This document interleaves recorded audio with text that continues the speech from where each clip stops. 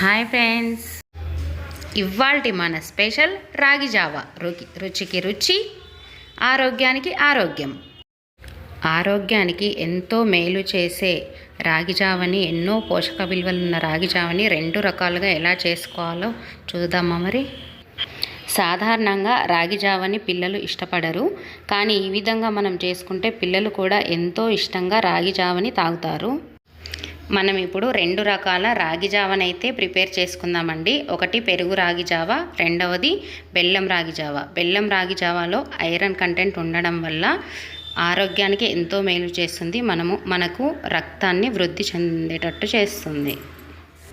మనకు నార్మల్గా దొరికే బెల్లం కన్నా తాటి బెల్లం తీసుకొని మనం ఇందులో కలుపుకుంటే ఐరన్ కంటెంట్ ఎక్కువగా ఉంటుందండి. మరియు ఆ బెల్లం తీసుకోవడం వల్ల రక్తం మనకు చాలా త్వరగా ఇంప్రూవ్ అవుతుంది.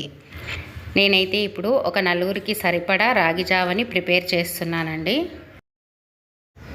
1 కప్పు పెరుగు, 1 కప్పు రాగి పిండి, చిన్న టేబుల్ స్పూన్ పల్లీలు, టేబుల్ స్పూన్ బెల్లాన్ని తీసుకోవాలి. రాగి పిండిలో కొంచెం వాటర్ పోసుకొని కలుపుకోవాలి. స్టవ్ ఆన్ చేసి బౌల్లో ఒక పెద్ద గ్లాస్తో ఒక 3 గ్లాసుల వాటర్ పోసి స్టవ్ మీద పెట్టుకోవాలి. వాటర్ని మనం ఇలా బాగా మసలనివ్వాలి. మసలుతున్న వాటర్లో కలిపి పెట్టుకున్న పిండిని వేసుకొని కలుపుకోవాలి. మనం రెడీగా పెట్టుకున్న పల్లీలను యాడ్ చేసుకోవాలి. జావ చేసుకునేటప్పుడు మనం మంటని మీడియం ఫ్లేమ్లో పెట్టుకోవాలండి, లేదంటే మాడిపోతుంది. ఇలా కలుపుతూ ఉండాలి, అలా వదిలేయకూడదు, లేదంటే అడుగంటిపోయి టేస్ట్ మారిపోతుంది. జావని ప్రిపేర్ అయ్యే వరకు కొంచెం కలుపుతూ ఉంటే పిండి అడుగంటకుండా, ఉండలు కట్టకుండా ఉంటుంది. ఈ రాగి జావని మనం 10-15 నిమిషాల పాటు బాగా మరగనివ్వాలండి, లేదంటే పిండి టేస్ట్ వస్తుంది. బాగా మరిగితేనే టేస్ట్ బాగుంటుంది. జావ మరిగేటప్పుడు పైన ఇలా తేటలాగా వస్తుందండి, దాన్ని మనం తీసేయాలి.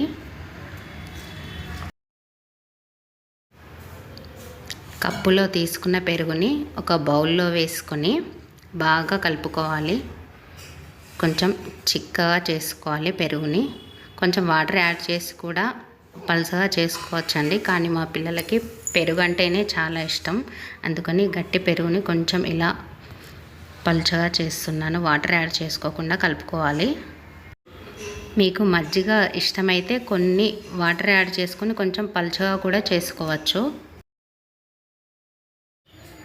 రాగి జావని మనం ఇలా 2 బౌల్స్లో పోసుకోవాలండి. ఒక దాంట్లో రుచికి సరిపడా ఉప్పు, నేనైతే ఒక 2 టీ స్పూన్ల ఉప్పునైతే కలుపుకుంటున్నానండి. రాగి జావలో పెరుగుని మనం మన చిక్కదనాన్ని బట్టి కలుపుకోవాలండి. పెరుగు వేసుకున్నాక ఇలా కలుపుకోవాలి జావని. ఇంకో బౌల్లో మనం బెల్లం వేసుకొని కలుపుకోవాలి. జావ వేడిగా ఉంది కాబట్టి బెల్లం కరిగిపోతుంది.